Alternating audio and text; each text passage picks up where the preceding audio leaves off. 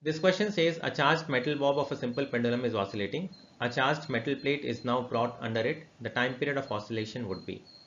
Now a charged metal bob in simple pendulum is oscillating. Now here this is the metal bob which is charged. Now what I do is I bring a plate here.